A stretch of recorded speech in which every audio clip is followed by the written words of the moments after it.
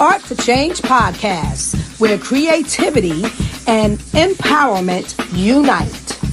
Streaming live every Monday, Thursday, and Sunday at 9 p.m. Eastern. We got Motion Monday, Therapeutic Thursday, and Soul Food Sunday.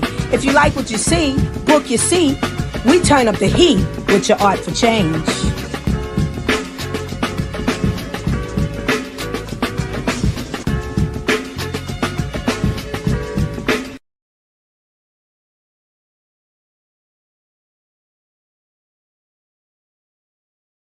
How you treat people will determine what happens after this life. So me just having an absolute appreciation for human has evolved me as a person. In spaces where I see there's sexual assault, harassment, prevention, right? I've seen that that's a societal issue that's very widespread and underrepresented. So being able to see the impact that I can have in that space by addressing those topics and seeing people who walk inside of a room and they leave out better prepared to face something in society, that kind of stuff has evolved me as a person. Thank you. Yeah. Ain't nobody else, we're gonna go back to you. You got another one? All right. Great session. Thank you, brother. Good seeing you. Always good seeing you. So they say copying is the greatest form of flattery. Mm-hmm. I just from what you're saying, I think that you would disagree with that. Yes or no? To an extent, I think creating a lifestyle of trying to be someone else is a cop-out. Okay. But I think if I admire something you said, so I say it in one of my poems and pay homage to you, that's the form of flattery. Yeah. So then that means that at least giving that credit where credit is due is what. Right. Okay. Mm-hmm. Got it. Simple question. Yeah. But that's all you had? That's it. Okay. All right. My brother. So to everyone in here, thank you for being here. To many that don't know me, I don't know you. But I'll tell y'all like this. This man has been my brother for what we asked Mama yesterday. How many years? A long time. We departed together, we served together. This man has a tattoo on his left arm that I have on my right. This is my brother. I have a question for you. Okay. What keeps you authentic? Good question. I don't know how to answer. What keeps me authentic? I think the question is to the people who aren't, why not? You know what I mean? Why aren't they? I have an appreciation for who I am. And I have appreciation for who other people are, and I don't think there's nobody out here that can be me better than me, and there's nobody out here that I can be better than they can be themselves. So I try to be them, right?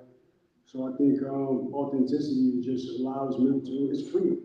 When I can wholeheartedly be myself and not have to conform to what popular looks like, what trendy looks like, what somebody else looks like. So abandoning yourself to be something else, I think, is self-imposed slavery. Yeah. To everyone in here, that's the realest shit. Know that. He said, and I'm out. Very good. Oh, there's another question here. Hey, so I've been back and forth with you, like, through probably Instagram, probably. And you say be yourself, and that's like my podcast name, BheeYou. And that's the most genuine thing you can do. And I've been watching you for a minute, and I'm like, yo, this guy is desperate, like, you know.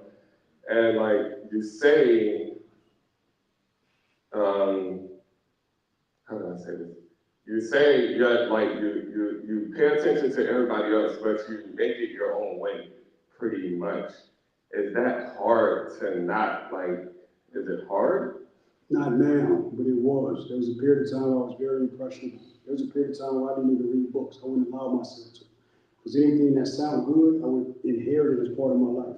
So until I learned how to distinguish, this information is great, but not for me, but this is for me. Until I learned how to do that, I wouldn't even And then, so you were picking shoes and like. yeah, but I didn't always have the ability to do that. At some point, I was very impressionable. Anything that looked or sounded good, I would automatically become that. So when I first started doing poetry, that was the problem. So once I stepped away from listening to other things and I developed my own voice, now indulging or supporting an artist isn't hard. Okay, yeah. It's not hard now. I love that for you. I love that for us. Everybody here. I love that for us. When we need to get out, please. Don't hesitate to stop. You got a question? Or you putting this up? Oh, okay. She has a question here, and maybe we can take like a couple extra ones. Okay. She has, yeah. My question is, were you the kid with the deep voice when you were little? Did you have a really deep voice? Was I what? Were you the kid that had like the grown man deep voice when you were little? I don't know. I didn't, maybe.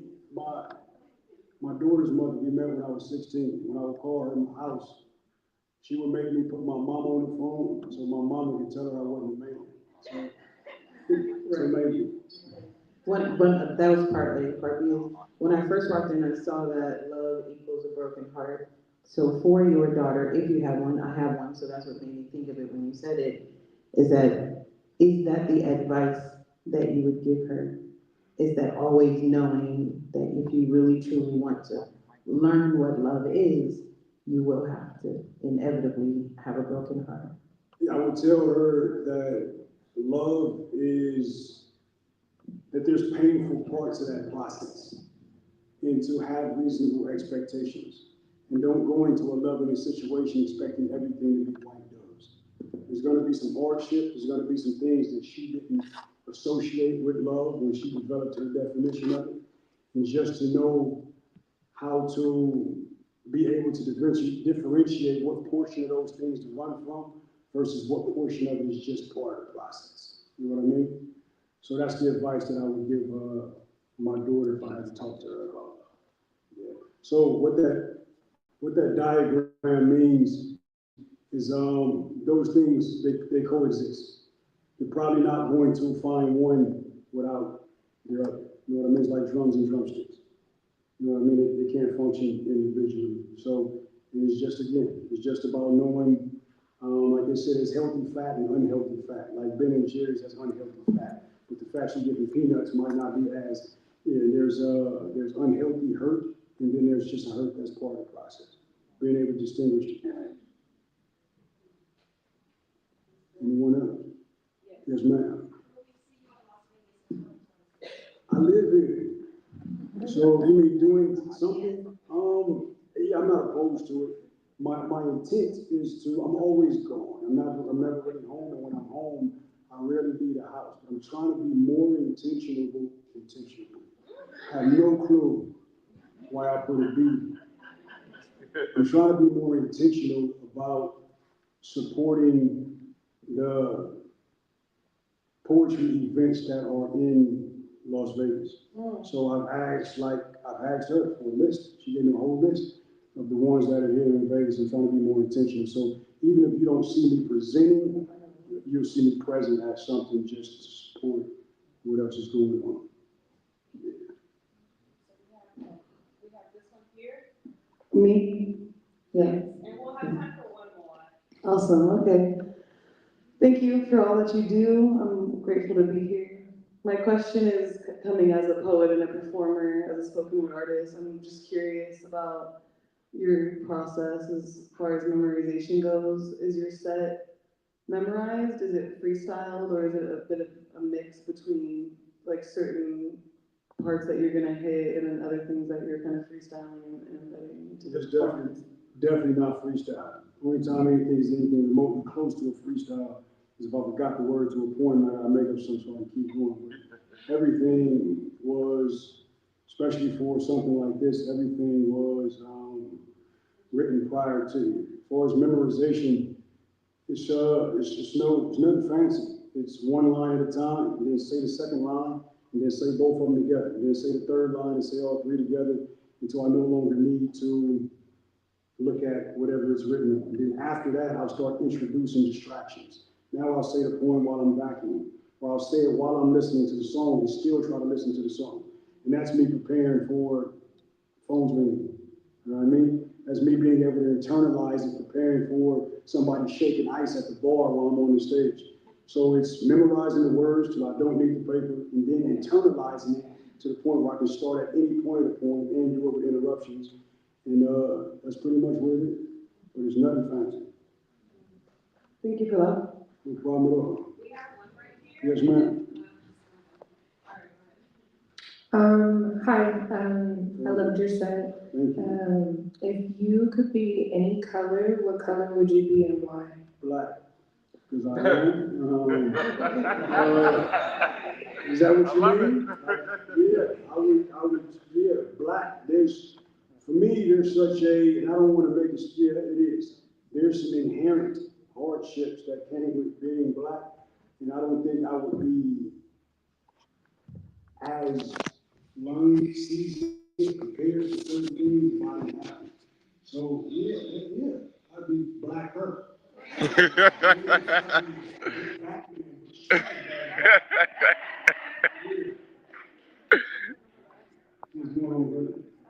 Peace, bro. How you doing, man? Good to see you.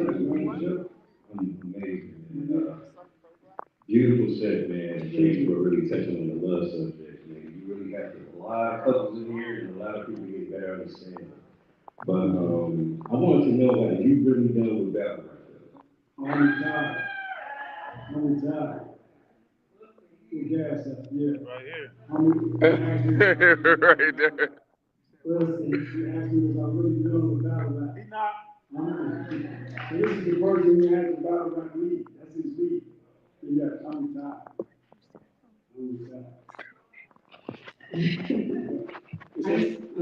Then I want to, was you gonna say something? I can wait. Okay, I want to thank you all. I don't want to not answer any questions, but also out of respect for the time. We have the space, we have a movie playing in here after we walk out. So I want to be respectful of that. And again, I can't express my gratitude enough. Thank you all. We're going to move everybody to the lobby and the